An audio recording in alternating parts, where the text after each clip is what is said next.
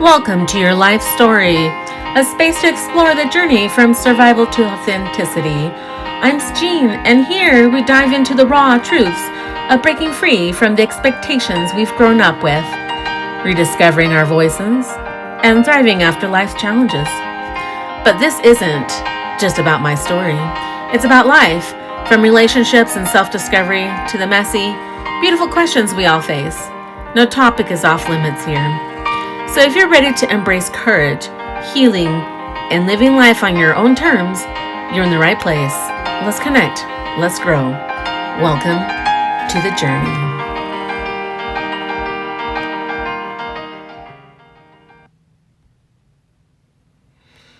Welcome. I'm happy to have you here with me today. Today is a really exciting episode for me. It is called You're Not Forgetting, You're Waking Up, Healing After Toxic Control.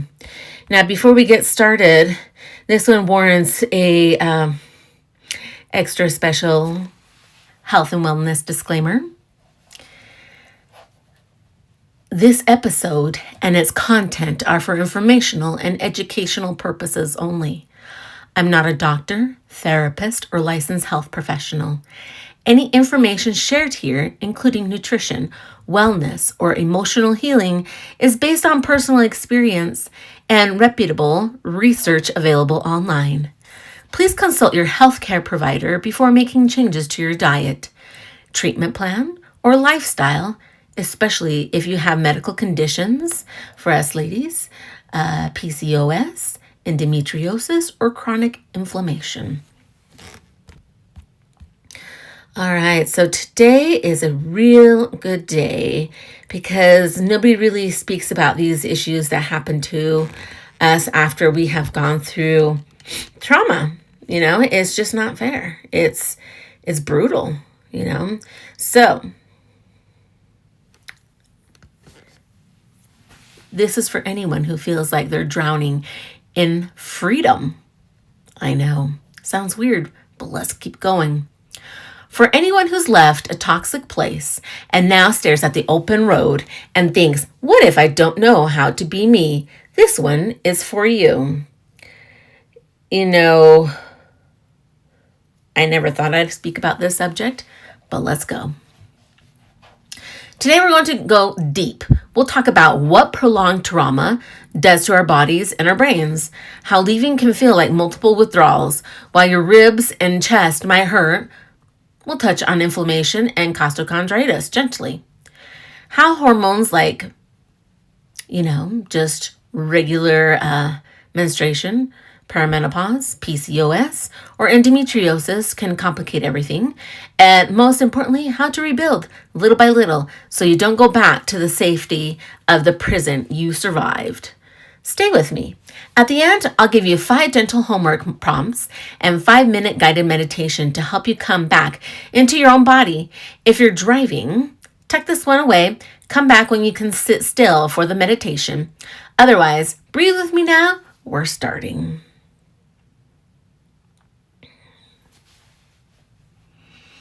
We spend so many years doing what others expect. Shrinking. Quieting.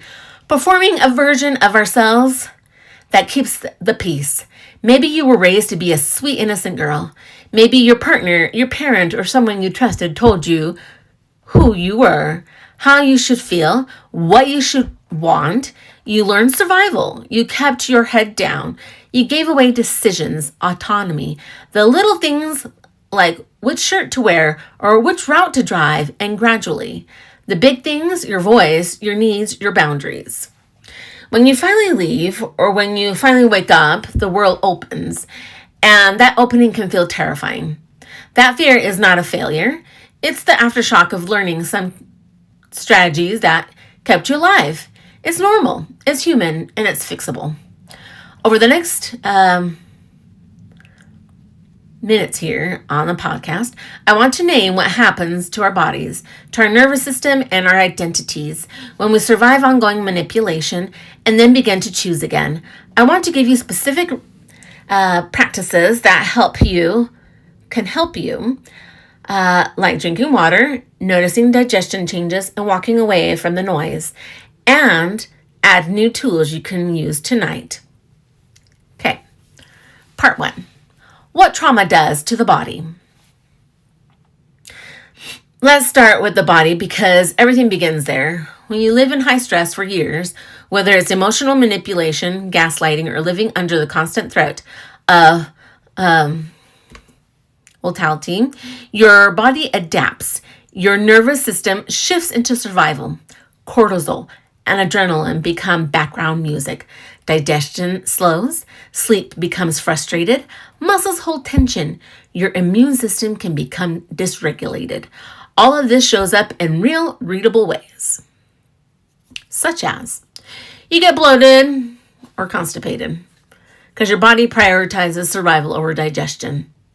Waste just sits longer in the gut, then what? Inflammation rises. You feel chest tightness or pain. For some of us, that is costochondritis and inflammation of the rib cartilage, or it can be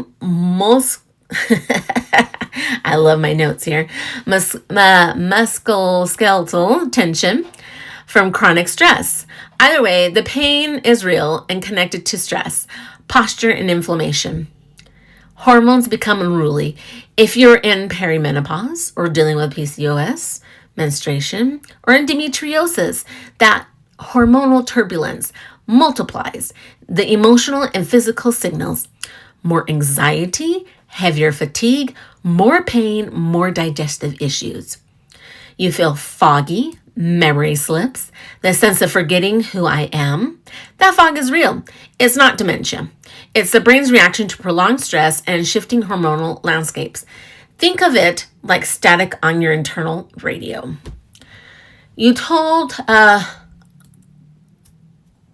many people how you were feeling, such as, when you decide to eat certain type of foods, and then that moment that you actually get to go to the restroom, you actually have a bowel movement, because I know a lot of people suffer from constipation. So, the easing of the bloat always brings relief. But you can only sometimes see that when you see evidence of your system that it can reset. It feels like a tiny victory, but it shows the direction we need to go. Why? We need our internal organs, our pipes, I guess you could kind of have fun saying, cleared, calm the nervous system, feed the body what supports repair. Now, important. I am not diagnosing here. These are patterns. Always check in with a medical professional for persistent pain or changes. But naming the connection between your trauma and symptoms is a radical first step towards healing. Part 2. The withdrawal of leaving, multiple stages. Leaving a toxic relationship is not a single event. It's a series of withdrawals. I want to name the phases because when you know the pattern, you stop blaming yourself. The first withdrawal, the immediate shock, the day they leave or you leave. There's adrenaline, relief, terror, or jagged mixed. You've had a role for so long, now the scaffolding is gone. You're raw, alone with decisions you weren't asked to make before.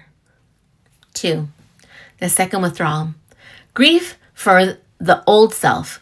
You mourn the person you were, the habits, the predictable routine, even the false comfort of being controlled. That grief can look like nostalgia for abuse or yearning for what felt familiar. It's not weird. It's human. Why? Because we get so used to people telling us what to do.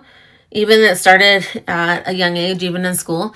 They told you what classes to take, what was best for you, what lunches were best for you, what books you were supposed to read, anything. That was taught to you, right?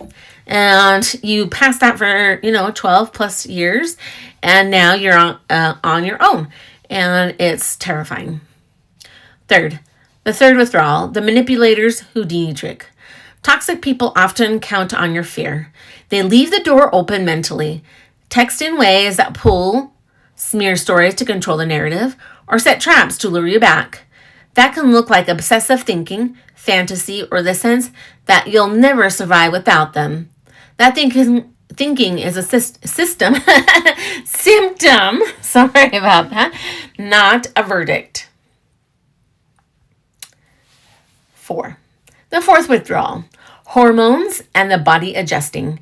Your body has to rewrite its baseline now that the chronic threat is, hopefully, removed. But hormones, digestion, sleep, inflammation will take time. All these type of things, whether it's regular menstruation, perimenopause, PCOS, can amplify mood swings or anxiety during this period. Each withdrawal can last weeks or months. There will be cravings for the old normal. You will be tempted to return because the discomfort of choosing is unfamiliar. But here's the truth. Returning will not fix the discomfort. Fixing the discomfort comes from learning to choose again, practice by practice. It's hard. I'm not going to lie to you. It is one of the hardest things it's funny because when you're growing up, they tell you that you have to do everything that you're told. And then once you become an adult, they tell you that you have to choose because you're an adult. And you're thinking, wait a minute, I don't think I ever was taught how to choose. I always was following the directive or orders of what to do. So I think it's important that we're careful with what's going on. Let's start listening to our bodies and seeing where the disconnect is at. Part 3, rebuilding identity and the nervous system. So how do we rebuild? Let's be practical and tender. A, start with small choices. You don't need to pick your whole life today. Start with breakfast. Choose a tea. Pick the music for the next hour. These tiny acts retrain your brain. They're the practice of the autonomy. B, repattern the nervous system with a few practices. Morning anchor, 5 to 10 minutes of warm water with lemon, gentle stretch, a short affirmation, and the practice signals safety to your body. Midday, a 3-minute breathing break. Inhale for 4, hold 1. Exhale for 6, repeat 5 times. Evening wind down, warm turmeric or chamomile tea, dim lights, write one small win. C, nutrition to calm inflammation. Whatever is already working for you. Sometimes, what do you just need? Water. Water is so important. So I can't tell you how many times you're so stressed or you're trudging along that you forget to just drink plain healthy water. That's huge. Do it. Hydration supports digestion and inflammation reduction.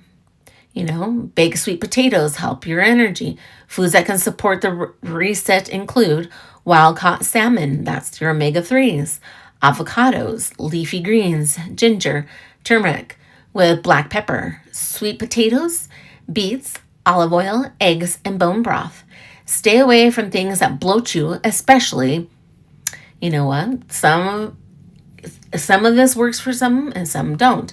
If it causes you bloating, such as fermented foods, chia, flax, nuts, quinoa, brown rice, pumpkin seeds, don't sit well, don't worry about it. You still have the other ones. Always make sure you always check with a nutritionist or a doctor, or if you know yourself best, then follow something that will help you. Or there's so many books out there, programs that will help you also choose something that's anti-inflammatory for you. The rhythm of small, steady meals helps your mood and blood sugar and energy.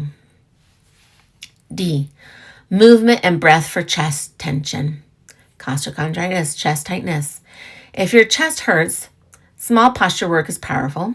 Roll your shoulders, open the chest gently, strengthen your back muscles. 10 minutes twice a day of gentle activation. Combine movement with long exhalations. Exhalation tells your nervous system it's safe. If pain persists or sharp, see a clinician.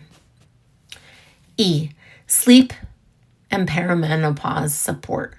Magnesium glycinate at night, if tolerated, can ease muscle tension and sleep. Limit screen time before bed. Create a nightly buffer, 30 minutes of low light time, a warm drink, and journal one thing that you're grateful for, not to erase pain, but to balance that narrative. F. Reclaiming voice through small acts of boundary saying no. Small times build a muscle. There's times when you'll just be silent. Why? Because your value was defined by others. So practice saying, I'll get back to you. Or I can't take that on right now. Notice your chest after.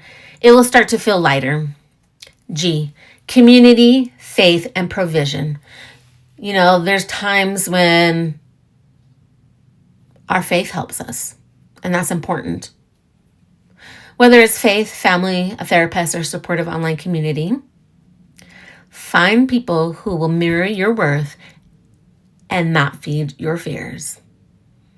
You're always welcome to visit my Instagram and my podcasts, all my episode, even YouTube. I have information there for you. Part 4, concrete tools and daily routines. 8 minutes of, stuff in there for you. Here are tools to put you into practice. Pick one from each category and do it daily for a week. Let's see here. Let's start with 1. 1 food habit. Drink a large glass of water first thing. Add 1 anti-inflammatory food at lunch and dinner. For example, sweet potato or salmon. 2. 1 movement habit. 5 minutes of chest opening posture or gentle 10-minute walk. I love the morning yogas. YouTube has a lot of free videos out there just for morning. There's some for meditation. There's some for stretching stressed out bodies and for evenings. It's really wonderful. 3. Nervous system habit. A 3-minute breathing practice midday. We hold on to our breaths and also do very shallow breaths, and it really hurts us. So it's time to start breathing. Or even better, if you have one of these lovely watches, that is so intuitive, it actually will have times where you can push a button there and it tells you when you can breathe, or it tells you 10 minutes before the hour to get up, walk around. Wonderful things to do. 4. 1 boundary practice. Tell one person, I'll let you know, instead of answering immediately. 5. 1 mental habit. Reframe one thought. When you catch, I can't choose, replace with, I can choose one small thing today. 6. 1 social habit. Send 1 honest, small message to a friend. Hey, could you use a talk? Or post 1 micro reflection on your Instagram. Vulnerability builds connection. You've already done the hardest part. You left or you survived it inside. The rest is rebuilding.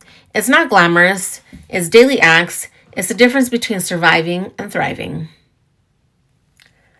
So,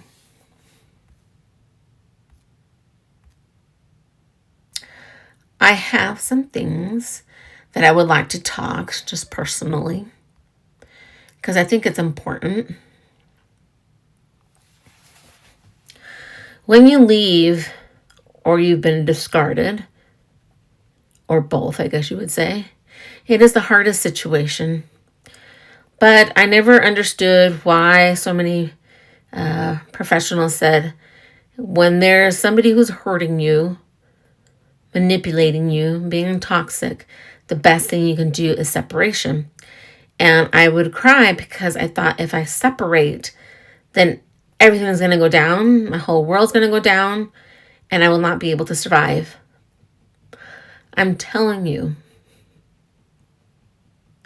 And I can tell you, but ultimately you'll have to go through it. It feels like you're going through fire or even withdrawals.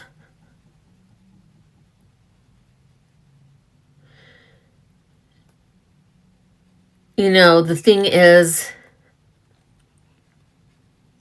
You cry a lot and you don't understand. You get a lot of anger. You're tired a lot. Whole bunch of things. But I'm going to tell you, with time that you've been separated, you actually gain clarity. You start seeing for what it really was, that you were just being used. And it hurts. But at the same time, that anger that you receive, use it for the betterment of yourself. It's amazing how strong you become and you move forward.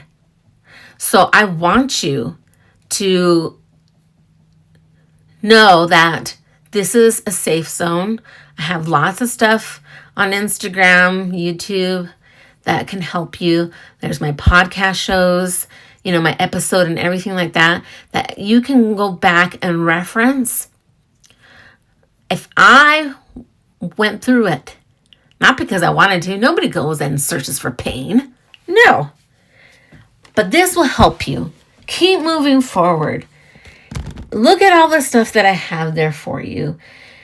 If you're a Christian, pray to God. I never understood so much until I separated myself and actually did the work for myself by praying and being in the Bible and even learning,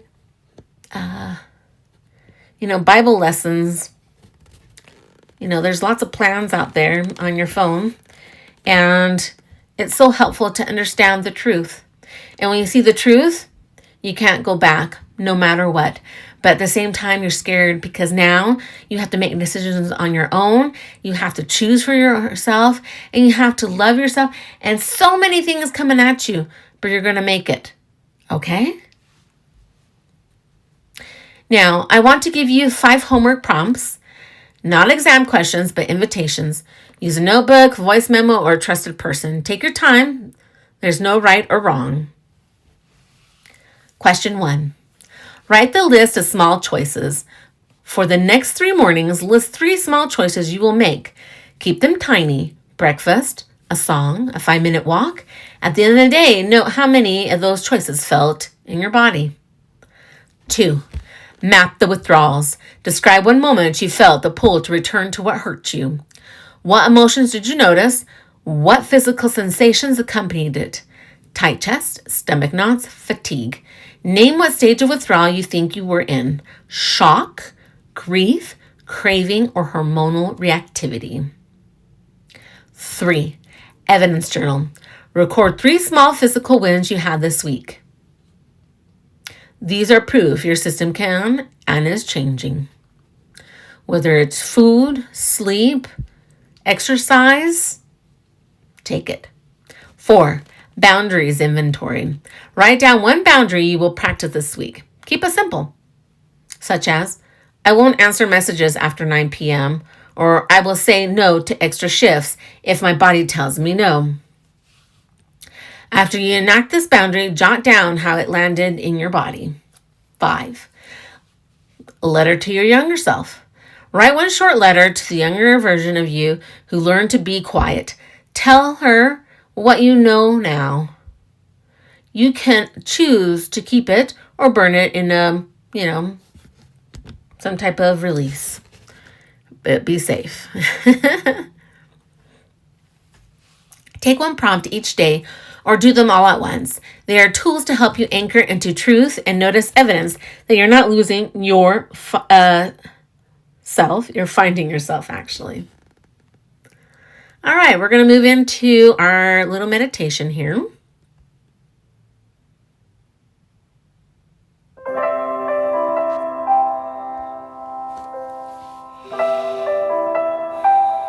Find a comfortable seat or lie down.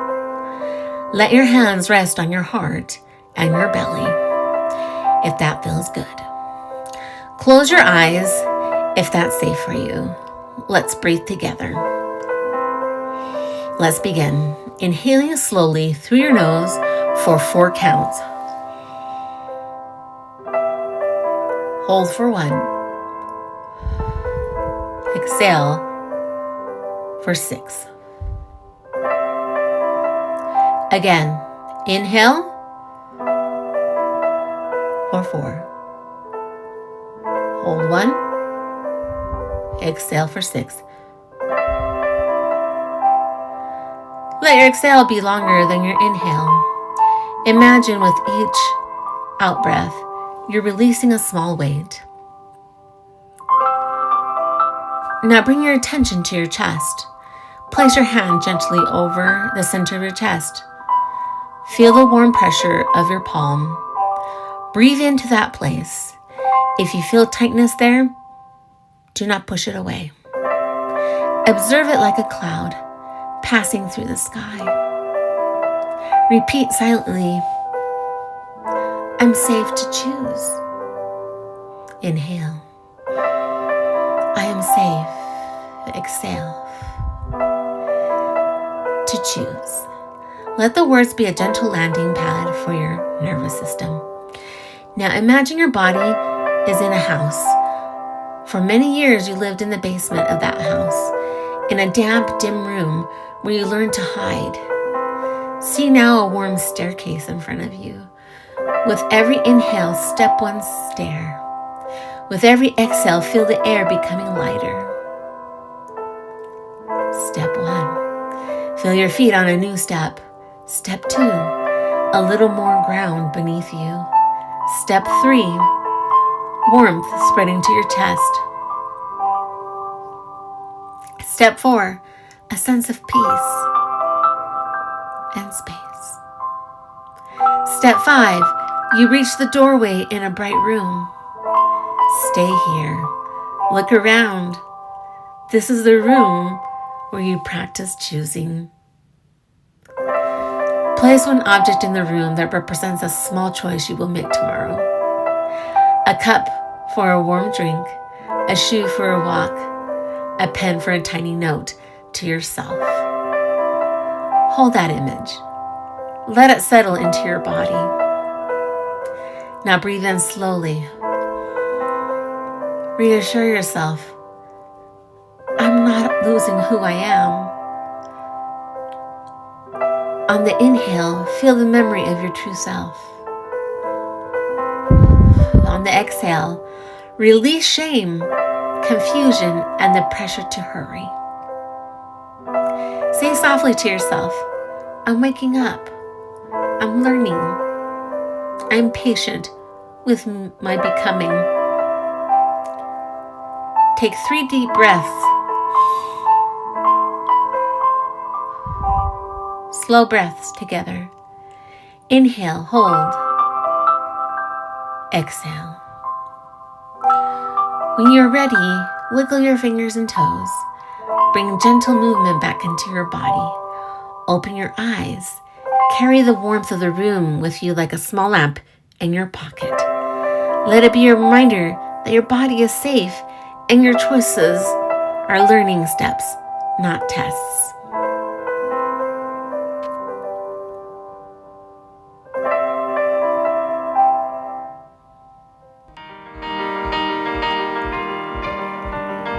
If this episode helped you even a little, please share it with someone who needs to hear that they're not losing themselves. They're waking up. Check out my Instagram, where I share daily micro practices, and if you want to go deeper, I'd love to walk on this path with you. You're not forgetting your beautiful self. You were always there, quietly waiting. You're simply stepping out, one small choice at a time. Until next time, breathe, be gentle, and keep choosing.